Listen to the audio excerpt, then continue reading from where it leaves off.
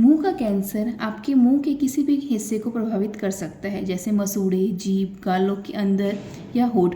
अगर कैंसर बढ़ रहा है या एग्रेसिव रूप में है या फिर आप बायोप्सी करा चुके हैं, उसके बाद कैंसर को डायग्नोस करना बहुत आसान है। लेकिन बिल्कुल शुरुआती स्टेज में, यानी जब आप ना किसी लैब रिपोर्ट में टेस्ट करवाने गए हैं, घर बैठे आप चेक करना चाह रहे हैं कि कहीं मुंह का कैंसर तो नहीं हो गया है, ऐसे में आप घर बैठे कैसे डायग्नोस करेंगे, उसकी जानकारी आपको आज इस वीडियो में देते हैं। तो वीडियो को अंत तक ज़रूर देखिएगा।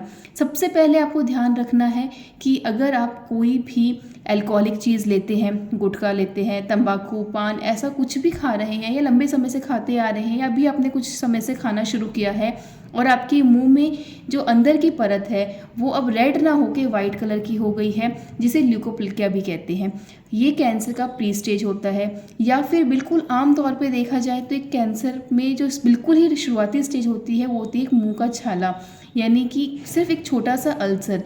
आप स्टार्टिंग में क्या करेंगे, अल्सर के लिए तो वो टैबलेट ले लेंगे, कोई कुछ भी केमिस्ट शॉप पे गए, कोई एक टैबलेट लेके आ गए।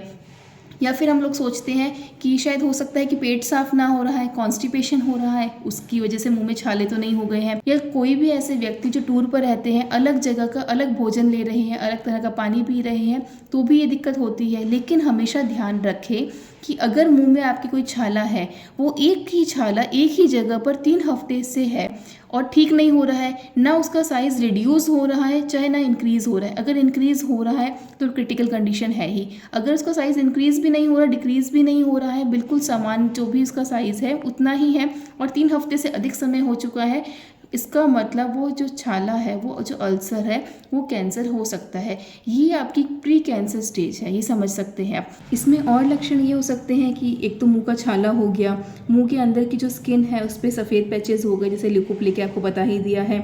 इसके अलावा मुंह के अंदर या फिर आपके होठों पर कहीं गांठ है, आपके मुंह के अंदर दर्द है, बहुत लंबे समय से दर्द है, जब आप खाना खा रहे हैं, कुछ पानी पी रहे हैं, कुछ भी कोई चीज़ खाने में या निगलने में आपको कठिनाई हो रही है, बोलने में कोई कठिनाई हो रही है, या सडनली आपकी आवाज़ चेंज हो गई है, आपकी गर्दन या गले में दर्द है, वहाँ पे कहीं गांठ जैसा महसूस हो रहा है, या बिना कोशिश किए आपका कंटिन्यूसली वेट लॉस हो रहा है।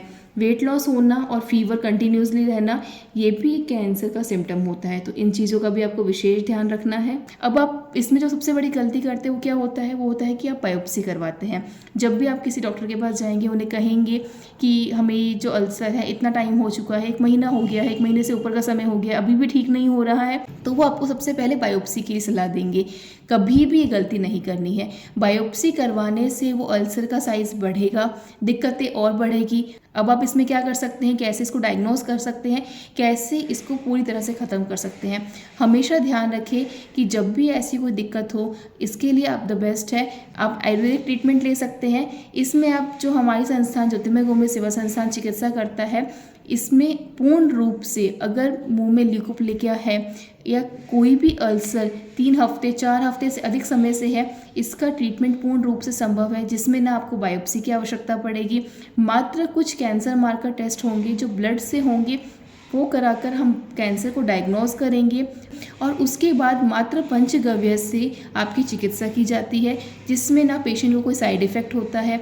इन सारी औषधियों के अंदर ना कोई केमिकल होगा, ना स्टेरॉइड होगा, ना ही कोई प्रिजर्वेटिव्स होगा, जिससे कि आपको कोई दिक्कत ना हो, आपको कोई साइड इफ़ेक्ट ना हो और पेशेंट भी पूर्ण रूप से स्वस्थ हो सके। उस अल्सर को पूर्ण रूप से ठीक किया जा सकता है, संभव है। बायोप्सी की सलाह हम बिल्कुल नहीं देते हैं, कभी भी ऐसी गलती ना करें, इससे कैंसर एग्रेसिव रूप में बढ़ता ही बढ़ता है। आप अधिक जानकारी के लिए अगर ऐसी कोई दिक्कत आपके आसपास किसी व्यक्ति को है, उन्हें संस्थान की जानकारी दे सकते हैं। इस संस्थान के नंबर पे आप कांटेक्ट कर सकते हैं, जिसमें निःशुल्क आपको पूरी जानकारी दी जाती है, आपको पूरी बात समझाई जाती है।